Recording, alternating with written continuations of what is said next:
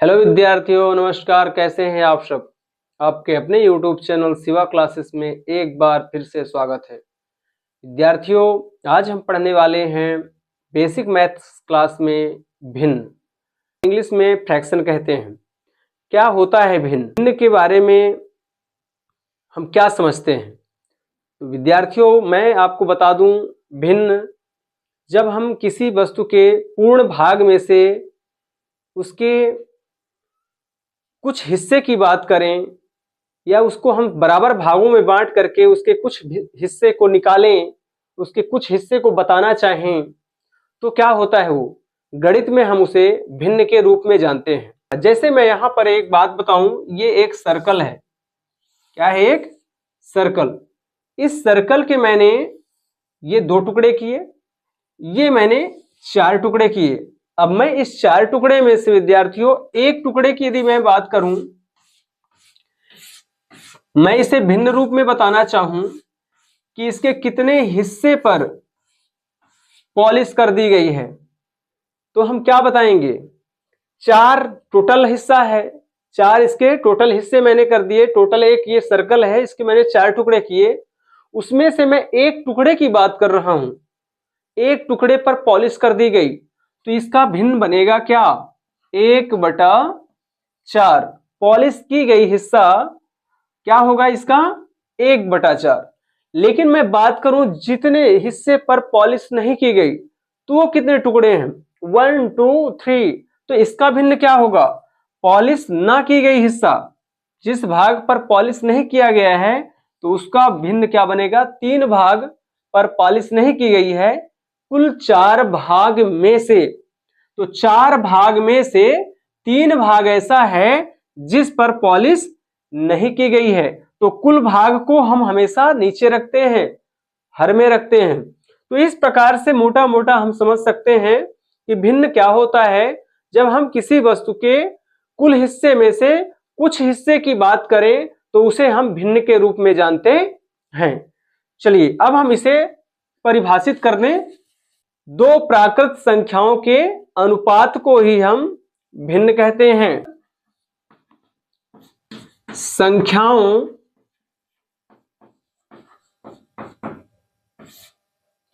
के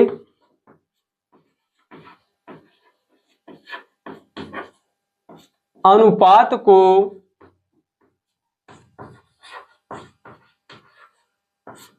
भिन्न कहते हैं।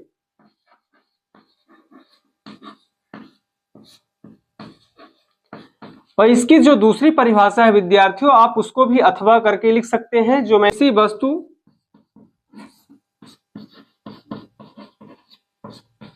को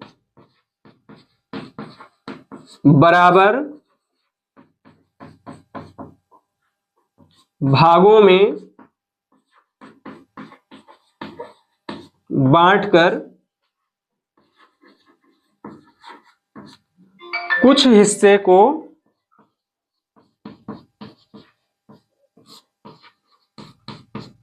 बताना ही क्या कहलाता है? भिन्न कहलाता है। ये इसकी दूसरी परिभाषा हो जाएगी। अब हमें एक चीज और समझना है कि भिन्न में 2 हिस्से होते हैं, एक बटा चिन्ह के ऊपर और एक बटा चिन्ह के नीचे। तो बटा चिन्ह के ऊपर वाले को हम इसे इस तरह से भी दिखाएं भिन्न को, तो भिन्न बराबर क्या? ये हमारा हो गया बटा चिन्ह। इसके ऊपर वाली जो राशि होती है उसे हम बोलते हैं क्या? अंश। क्या विद्यार्थियों? अंश। और नीचे वाली राशि को क्या बोलते हैं? हर। तो हम ये भी कह सकते हैं विद्यार्थियों कि जो भिन्न होता है उसे हम अंश और हर में दिखाते हैं। या तो हम ये कह दें और या तो हम ये कह दें कि इसे हम P/Q के रूप में निरूपित करते हैं। तो भिन्न क्या हुआ? जिसे हम P/Q के रूप में निरूपित करते हैं। और फिर से वही बात कि Q बराबर किसी भी स्थिति में 0 नहीं होगा। ठीक है। और एक चीज विद्यार्थियों, भिन्न में जो हमेशा जो हर होता है वो संपूर्ण हिस्से को बताता है, और जो अंश होता है, अंश का मतलब ही क्या समझते हैं हम? कोई एक पार्ट, अंश का मतलब क्या, कोई एक टुकड़ा, कोई एक खंड, वही तो अंश होता है। ठीक है, अंश इसका नाम ऐसे नहीं पड़ा है विद्यार्थियों, वो किसी न किसी खंड की ही बात करता है, इसलिए उसको हम अंश लिखते हैं ऊपर। और हर, तो हर में क्या लिखेंगे हम, उसके संपूर्ण हिस्से को लिखेंगे, और संपूर्ण हिस्से के कुछ हिस्से को हम अंश के रूप में निरूपित करते हैं। तो भिन्न हमारा क्या हो गया, अंश और हर के अनुपात को ही हम भिन्न कहेंगे, और हर किसी भी कंडीशन में 0 नहीं होगा। ठीक है, चलिए आप इसका एक स्क्रीनशॉट ले लीजिए विद्यार्थियों। इसके पश्चात विद्यार्थियों हम पढ़ेंगे भिन्नों के प्रकार, टाइप्स ऑफ फ्रैक्शंस। तो ये कितने प्रकार के होते हैं, तो हमने इसको कुछ डेराइव किया है विद्यार्थी। उचित भिन्न, जिसे हम प्रॉपर फ्रैक्शन बोलेंगे, प्रॉपर फ्रैक्शन,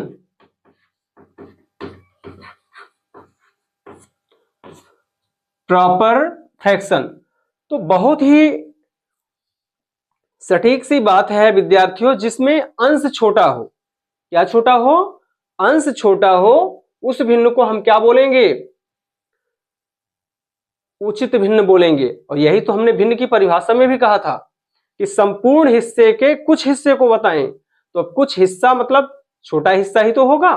ओके, तो उचित भिन्न की परिभाषा क्या हुआ, वह भिन्न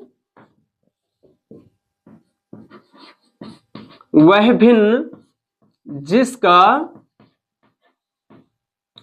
अंश क्या हो, अंश छोटा हो, अंश छोटा हो। अब किससे छोटा होगा, हर से ही तो छोटा होगा। तो जिसका अंश छोटा हो क्या होगा, उचित भिन्न होगा। एक सटीक छोटी सी परिभाषा है विद्यार्थियों, आप इसको बड़ा करके भी लिख सकते हैं कि वह भिन्न जिसका अंश हर से छोटा हो। ठीक है, तो ये भी आप कह सकते हैं, उचित भिन्न कहते हैं उस भिन्न को, वह भिन्न जिसका अंश छोटा हो उचित भिन्न कहेंगे। ठीक है, अब हम इसे कुछ इसके एग्जाम्पल के माध्यम से समझा दें। तो 2/3, इसका मतलब यह है विद्यार्थियों 2/3, अर्थात 3 भाग में टोटल 3 हिस्से हैं, और 3 हिस्से में से हम 2 हिस्से की बात कर रहे हैं। 5/6, 6 हिस्से में टोटल 6, मतलब हम बात करें यदि 6 रुपए है ये, तो 6 रुपए में से हम 5 रुपए की बात कर रहे हैं यहाँ पे। तो कुल भाग है 6, और 6 में से 5 भाग की बात कर रहे हैं। तो यही तो हमने कहा था भिन्न में, कि भिन्न संपूर्ण हिस्से का कुछ हिस्से की जब बात करें तो ही भिन्न है। ठीक है, तो संपूर्ण हिस्से में से हम कुछ हिस्से की बात कर रहे हैं, इसीलिए इस भिन्न का नाम क्या पड़ा है, उचित भिन्न। चूंकि ये भिन्न की परिभाषा को पूरी तरह से सेटिस्फाइड करती है, उचित भिन्न। ओके, बात करें हम 7/9, तो 9 में से 7 भाग की बात हो रही है। तो इम्प्रॉपर फ्रैक्शन क्या होगा, सीधा सा भिन्न जिसका अंश बड़ा हो, जिसका अंश बड़ा हो हर से, तो उसे ही अनुचित या इम्प्रॉपर भिन्न कहेंगे, अनुचित।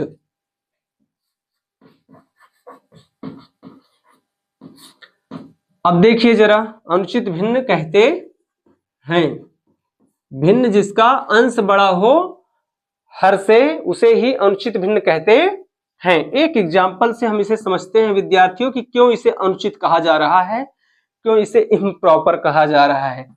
जैसे ये 16 है, और इधर मैं लिख दूं क्या, 20, ये तो उचित हो गया, अनुचित न करना है हमें, अंश बड़ा होना चाहिए, अंश बड़ा होना चाहिए। तो इसे हम कर देते हैं 14, 14, अंश बड़ा है हर से, अनुचित भिन्न कहेंगे। मैं बात करूं यहां, ये 14 जो है ये छोटा है, और ये 16 बड़ा है, ये तो हम सब देख रहे हैं। ठीक है, यदि हम यहाँ पे बोले कि टोटल 14 रुपए हैं, 16 रुपए हम बांट दें, तो ऐसा संभव है क्या, हमारे पास 14 रुपए है विद्यार्थियों, और हम 16 रुपए बांट दें, ऐसा पॉसिबल ही नहीं है कि है। 14 रुपए टोटल है और हम 16 रुपए कैसे बांट सकते हैं।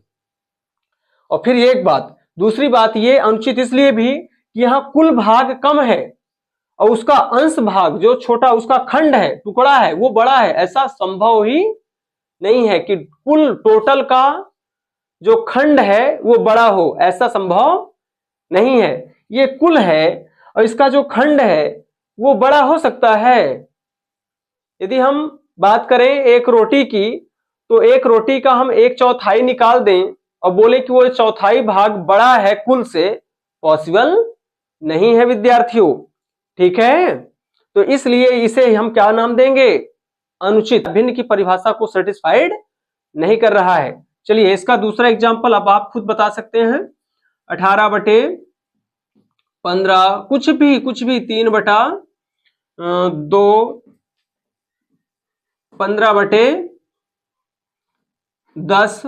तो यहां आप देख रहे हैं हर स्थिति में अंश को हमने बड़ा रखा है, क्योंकि पढ़ना तो है ही कि अनुचित भिन्न क्या है।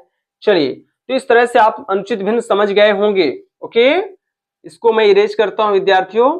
मिक्स्ड फ्रैक्शन, मिश्रित भिन्न। तो मिश्रित भिन्न क्या होता है विद्यार्थियों, तो जिसमें एक पूर्ण संख्या हो और एक उचित भिन्न हो। एक पूर्ण संख्या हो, भिन्न लिख देता हूं, भिन्न जिसमें एक पूर्ण संख्या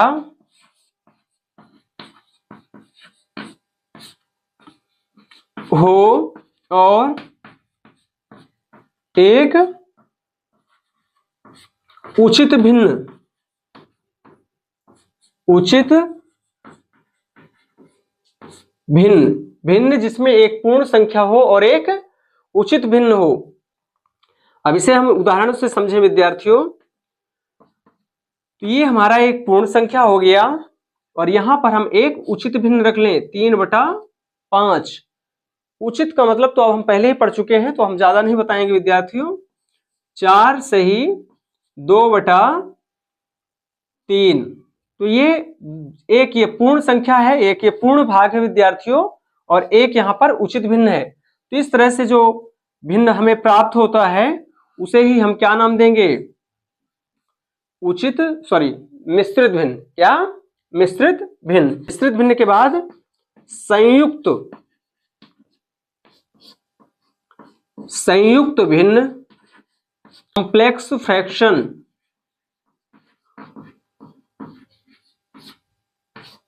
ये क्या होता है, तो कॉम्प्लेक्स फ्रैक्शन कुछ और नहीं विद्यार्थियों, इसमें जिस भिन्न का अंश और हर दोनों क्या हो, दोनों एक भिन्न हो, उसे ही संयुक्त भिन्न कहते हैं। उस भिन्न को ही हम संयुक्त भिन्न कहेंगे। ओके,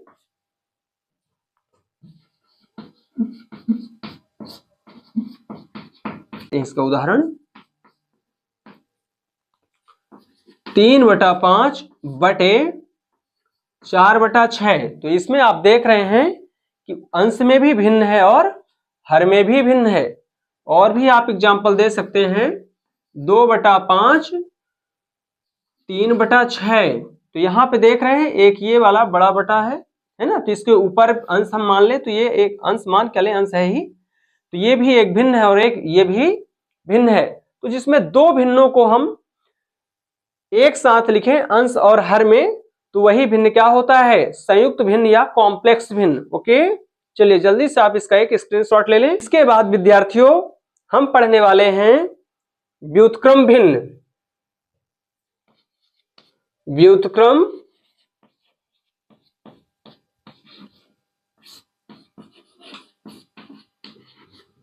भिन्न, जिसे हम क्या पढ़ेंगे, रेसिप्रोकल फ्रैक्शन।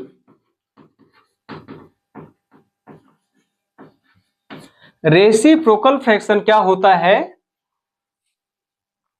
तो ये बहुत ही सिंपल है विद्यार्थियों। इसके अंश और हर को क्या कर देते हैं हम, इनका स्थान परिवर्तित कर देते हैं तो हमें भिन्न का रेसिप्रोकल मिल जाता है। जैसे हम बात करें यहाँ पे 2/3 का व्युत्क्रम भिन्न का व्युत्क्रम भिन्न क्या होगा, तो इसका व्युत्क्रम क्या होगा विद्यार्थियों, अंश हर पे चला जाएगा और हर अंश पे लिख दें तो यहां हो जाएगा 3/2। फिर हम बात करें 4/6 की, इसका व्युत्क्रम क्या,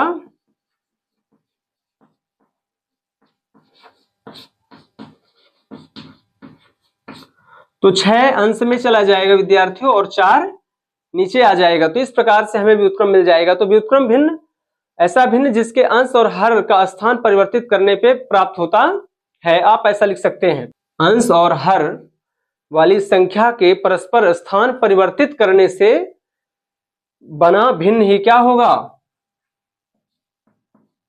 रेसिप्रोकल भिन्न होगा, व्युत्क्रम भिन्न होगा, व्युत्क्रम भिन्न कहलाता है।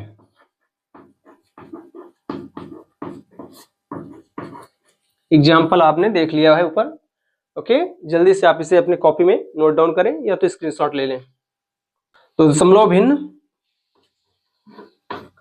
भिन्न जिसका हर 10 या 10 की घातांक के रूप में हो, 10 या 10 की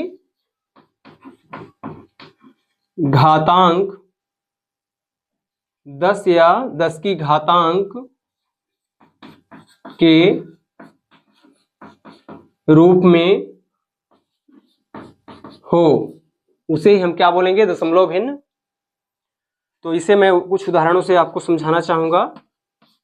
जैसे 1/10, तो यहां पे हमने देखा कि भिन्न जिसका हर क्या हो, 10 हो या तो 10 की घातांक के रूप में हो, तो 1/10। यहां पे हम लिख सकते हैं 1/10 की घाते n की कोई भी वैल्यू हो सकती है विद्यार्थियों, 1 2 3 4 5 6 7 8 9 10 जो भी, ओके, इनफिनिट तक ले सकते हैं आप। और आगे आप लिखना चाहते हैं तो 1/100 हो जाएगा। अब n मैंने बता दिया है, फिर भी लिख देता हूं, ओके, इत्यादि। 1/10,000 लिख सकते हैं, ठीक है। तो हमने क्या देखा कि भिन्न जिसका हर जो है क्या हो, 10 या 10 की घातांक के रूप में हो।